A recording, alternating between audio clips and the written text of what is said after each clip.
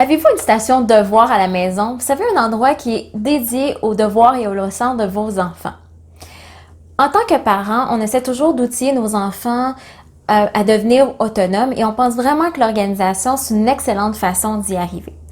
Quand les enfants reviennent de l'école après une longue journée, on veut dans le fond faciliter la routine et s'assurer qu'ils peuvent entamer les devoirs et les leçons progressivement. Donc aujourd'hui, on va vous expliquer comment est-ce qu'on peut créer un espace de devoir qui est vraiment propice à la concentration, peu importe l'âge de votre enfant. Vous voulez savoir comment vous y prendre? Eh bien, restez avec nous.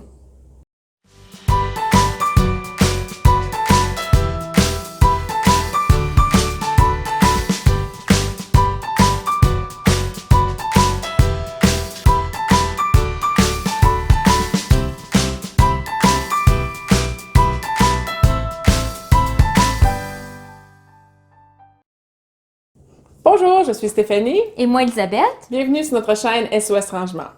Que votre enfant soit en première année ou au secondaire, voici les espaces à considérer pour créer une zone de devoir propice à la concentration et à l'apprentissage et à la créativité.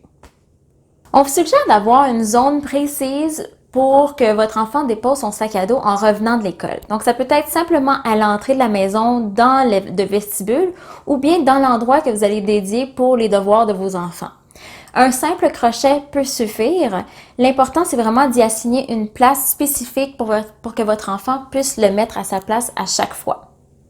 Dans cette zone, on y retrouve tous les meubles et les articles nécessaires pour s'installer et faire les devoirs. Donc, on commence avec un bureau ou une table, une chaise confortable, une lampe pour avoir un bon éclairage et un ordinateur si votre enfant est assez vieux pour en avoir un.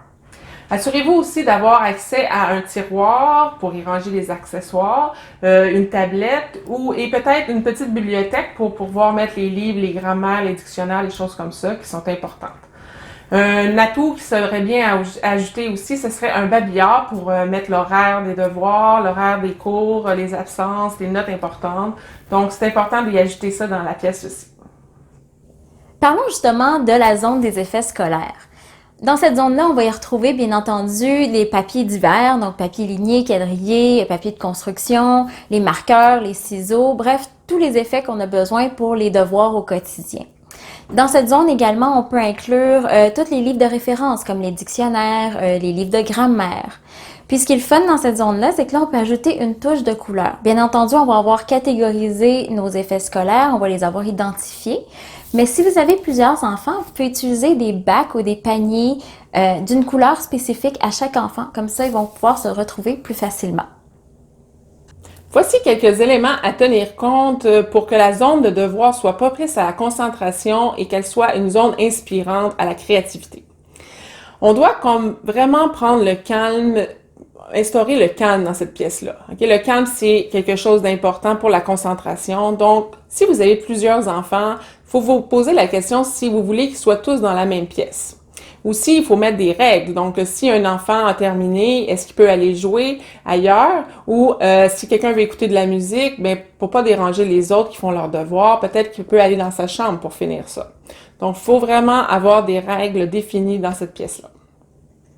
On sait tous qu'un bon éclairage nous permet une meilleure concentration. Donc, si vous pouvez établir la zone de devoir près d'une fenêtre pour permettre à la lumière naturelle de rentrer, ça serait excellent. Sinon, assurez-vous d'avoir une bonne lampe qui va bien éclairer les livres directement. Autre chose à considérer, c'est qu'il faut limiter ou éliminer toutes les distractions. Donc, pas de télévision, cellulaire, tablette. Gardez ça au minimum. Si votre enfant a besoin d'un ordinateur pour faire ses devoirs, bien, assurez-vous de l'éteindre au moment qu'il n'y en a pas besoin pour éviter les tentations. Comme dans tout projet d'organisation, il faut bien prendre le temps de penser à nos besoins et de voir la configuration de l'espace pour avoir un espace propice aux devoirs.